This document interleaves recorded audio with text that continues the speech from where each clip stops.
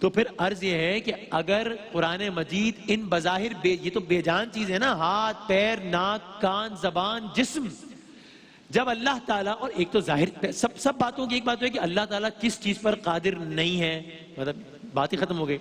لیکن ویسے بھی اگر بات آگے بڑھائیں تو جب اللہ تعالیٰ ان بظاہر بے جان چیزوں کو، جن میں بالکل جان نہیں ہے، ان کو بات چیت کرنے کی صلاحیت عطا کر دے گا تو جانور تو پھر بھی بات چیت کر سکتے ہیں بھائی، جاندار تو ہے نا. اور آج کل کی دنیا میں یہ ہو رہا ہے کہ کچھ جانوروں پر خاص طور پر، مثلا میں گوریلا کا تذکرہ کروں، ڈالفن وغیرہ، ان کے حوالے سے باقاعدہ تحقیقات ہو رہی ہیں اور ان کی بات چیت کے کچھ الفاظ کو سمجھا گیا ہے. یعنی سائنسدان اس پر کام کر رہے ہیں کہ کس انداز سے اب ان کی بات کو سمجھ تو لیا گیا ہے، اب ان کو ان کی زبان میں جواب دیا جائے تاکہ یہ بھی انسان کی زبان سمجھ سکیں. اس پر کام ہو رہا ہے. یعنی ایک تو ہوتا ہے نا کہ ہم یہ طوطا وغیرہ یہ بات کرتے ہیں اور لوگ سمجھتے ہیں، لیکن اس میں فرق ہوتا ہے کہ ہم اپنی زبان میں بات کرتے ہیں، وہ اس سے مانوس ہو چکا ہوتا ہے، وہ سمجھ لیتا ہے. لیکن اب سائنس اس پر کام کر رہی ہے کہ جانور کو ان کی اپنی زبان میں جواب دیا جائے اور وہ سمجھ لیں. یہ ایک نشانی کہ جانور اور انسان باتیں کریں گے. ایک اور نشانی قیامت سے پہلے، وہ کیا؟ لوگوں کی خفیہ باتوں کی خبر. اللہ، کیا مطلب؟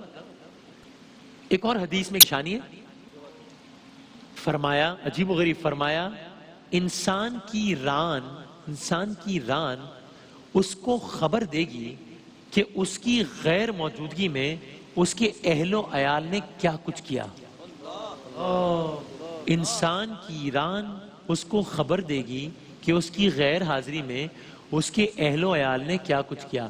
دور رسالت میں صلی اللہ علیہ وآلہ وسلم جب سرکار دو عالم نے بات کی تو اس بات کو سمجھنا، اس وقت اس بات کا اندازہ لگانا، وہ شاید اگین اس دور کے اعتبار سے بات بڑی ناممکن سے لگ رہی ہو کہ ایک انسان ہے نہیں اور اس کی ایکٹیویٹیز کا پتہ چل جائے. یہ کیسے ہو سکتا ہے؟ اب اگین جو میں اگلی بات کرنے جا رہا ہوں اس کے نتیجہ ہم یہ ثابت نہیں کر رہے کہ یہ ہو رہا ہے اس کا مطلب قیامت قریب ہے، نہیں. لیکن اگر یہ لگ رہا ہوں کہ یہ کیسے ممکن ہے، یہ کیسے ہو سکتا ہے، تو بھائی جو ہو سکتا ہے وہ تو بات کی بات ہے. آج کے دور میں کیا ہو رہا ہے، اس دور میں جب کہا ہوگا کہ انسان کی غیر موجودگی میں پتہ چل جائے گا کہ وہ کیا کر رہا ہے، تو یہ بات کتنی عجیب لگ رہی ہوگی. اب ہمیں آگے کی باتیں بھی عجیب لگ رہی ہیں، لیکن اس دور کی گئی بات آج ہمیں سمجھ میں آ رہی ہے نا. یہ تو چپس کا زمانہ ہے بھائی.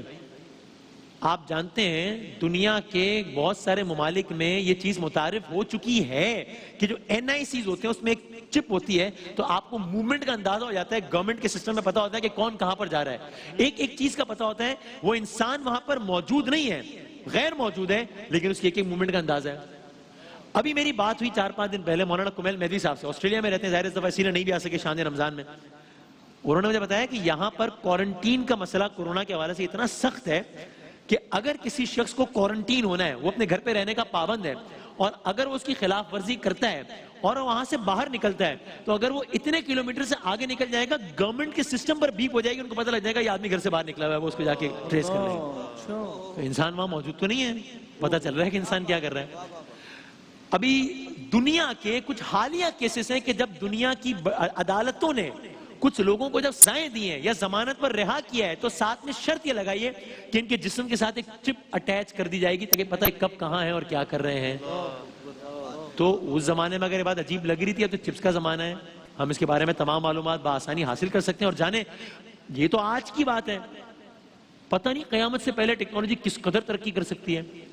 جتنی، یعنی مجھے یاد ہے آج سے 8-10 سال پہلے ہم دبئی میں تھے جب ہم نے خبریں پڑھنے کا آغاز کیا تھا، تو ہم ایک جگہ بیٹھے تھے، میں بلٹن کے لیے تیار ہو رہا تھا، تو ہمارے ایک دوست تھے، اس زمانے میں وہ BBM میسنجر ہوتا تھا، بلیک بیری میسنجر، تو انہوں نے وہ ایک تصویر کھینچ کے اپنے ایک دوست کو بھیج دی بلیک بیری میسنجر. میں حیران ہوا، میں نے کہا یار یہ اتنا آسان ہو گیا معاملہ، کیا آپ نے میری تصویر بھیجی اور دنیا کے دوسرے ملک میں بندے کو بھیج دی اور اس نے جواب دے دیا کہ یہ اچھے کپڑے پہنے ہوئے یا نہیں.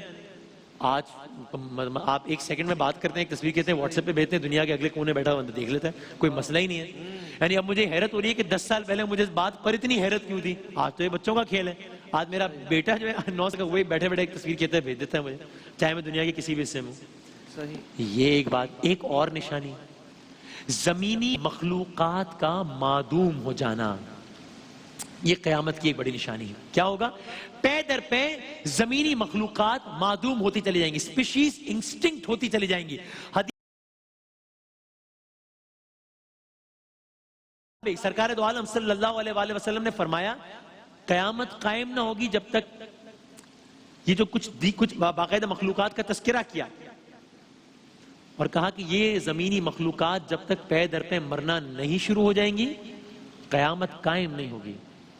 اور اس میں ایک اور حیرت انگیز بات یہ بتائی کہ یہ جو معدومیت ہے، یہ جو مخلوقات ختم ہو جائیں گی، یہ فطرت کے یہ نیچرل ریزنز کی وجہ سے، فطرت کے تقاضوں کی وجہ سے ایسا نہیں ہوگا، بلکہ انسان جو فطرت کے معاملات میں دخل دے رہا ہے اس کی وجہ سے پوری دنیا کا ایکو سسٹم تباہ ہو رہا ہے اور اس کی وجہ سے ان جانوروں کی نسل کشی ہوگی. بس وقت ختم ہو رہا ہے اور ہمیں آج اس گفتگو کو تمام کرنا ہے. ایک اور نشانی کیا بتائی؟ قیامت سے پہلے زمین کا مختلف مقامات سے دھس جانا، زمین کا دھس جانا، یہ ایک اور نشانی ہے.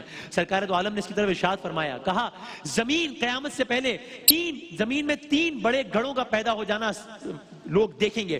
حدیث کے مطابق پہلا مقام مشرق ہوگا جہاں زمین دھسے گی، دوسرا مقام مغرب ہوگا جہاں زمین دھسے گی، تیسرا خود جزیرۃ العرب ہوگا کہ جہاں زمین دھس جائے گی.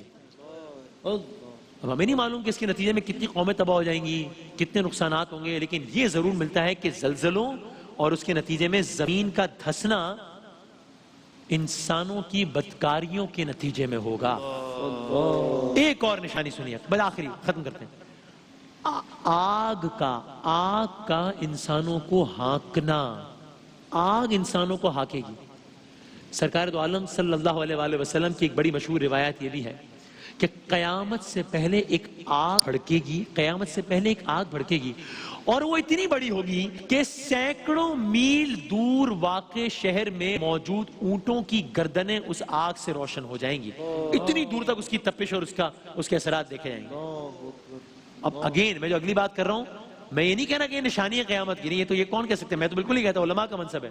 لیکن اگین اگر کسی کو اس بات پہ حیرانگی ہو رہی ہے کہ یہ کیسے آگ وہاں لگے گی، سینکڑوں میل دور یہ ہوگا، تو بھائی آپ نے حال ہی میں کچھ بڑے بڑے واقعات ٹیلی ویژن چینلز پر دیکھے ہیں نا تواتر سے.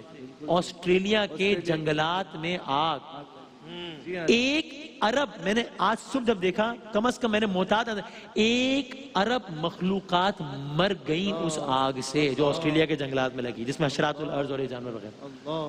تو یہ تو ہم نے خود دیکھا نا. یعنی یہاں تک بتایا گیا کہ اس پورے خطے کا جہاں پر اس کا درجہ حرارت تبدیل ہو گیا، ٹیمپریچر چینج ہو گیا رہ گیا، اتنی شدید آگ تھی. تو یہ تو آج کل ہو رہا ہے، ہم نے دیکھا ہے. یہ تو آگے ایسا کچھ ہونا کیا عجب بات ہے. تو دوستو یہ یکم رمضان سے ہم نے آغاز کیا تھا. قیامت سے پہلے کی 10 بڑی نشانیاں تھیں. اگین یہ حسن اتفاق ہے، حسن اہتمام ہے. آج 10 رمضان المبارک کوئی اس کا اختتام ہو گیا، آج اس کا سلسلہ یہ ختم ہوا ہے. اب آگے کا مرحلہ اور سخت ہے. اب جب یہ ساری نشانیاں پوری ہو جائیں گی، پھر محشر بپا ہوگا، پھر حشر کا میدان ہوگا، پھر سور پھونکے جائیں گے، پھر سب قبروں سے. یہ سارے کے سارے کیا معاملات ہوں گے جن کا قرآن مجید میں 1 دفعہ نہیں، 2 دفعہ نہیں، بلکہ میں آج کے تک آپ کو دعوت دیتا ہوں. میں نے اس کی اس کا یہ میں نے پڑھا اور مطلب انسان ہل کر رہ جائے. سورہ حج کی ابتدائی آیات کی دیکھیں، اس کا جو ترجمہ ہے، جو قیامت کا منظر بتایا، اور بہت سارے اس طرح کے قرآن مجید کی آیات ہیں. تو اب ان سب کے بعد حشر کا میدان جب بپا ہوگا، وہ کیا مناظر ہوں گے، وہ کیا صورتحال ہوگی. تب ایک ایک دن کتنے 100 یا 1000 سالوں کا ہوگا. تب سورج کی تپش کا کیا عالم ہوگا، تب چاند ستاروں کا کیا عالم ہوگا، تب سمندر کیا منظر پیش کر رہے ہوں گے، تب قبریں کیا منظر پیش کر رہے ہوں گے، تب انسان کیا منظر پیش کر رہے ہوں گے، تب مردے کیا منظر پیش کر رہے ہوں گے. اب یہ عرض کریں گے انشاءاللہ آپ سے کل بریک کے بعد حاضر ہوتے ہیں. ماہ رمضان یوں آ گیا، بن کے رحمت یہ پھر چھا گیا، کیسے تجھ سے کروں سامنا، گر رہا ہوں ذرا تھامنا. کل جہاں